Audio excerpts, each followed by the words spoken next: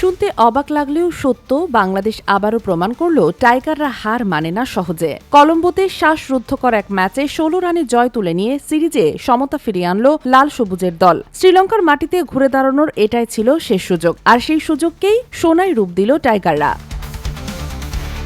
শনিবার ৫ জুলাই কলম্বোর প্রেমাদাসা স্টেডিয়ামে দ্বিতীয় ওয়ানডেতে প্রথমে ব্যাট করে বাংলাদেশ তোলে ২৪৮ রান। যদিও রানটা চোখ ধাঁধানো নয়, তবে এই পুঁজি নিয়েই লড়াই নেমে পড়ে দলটি।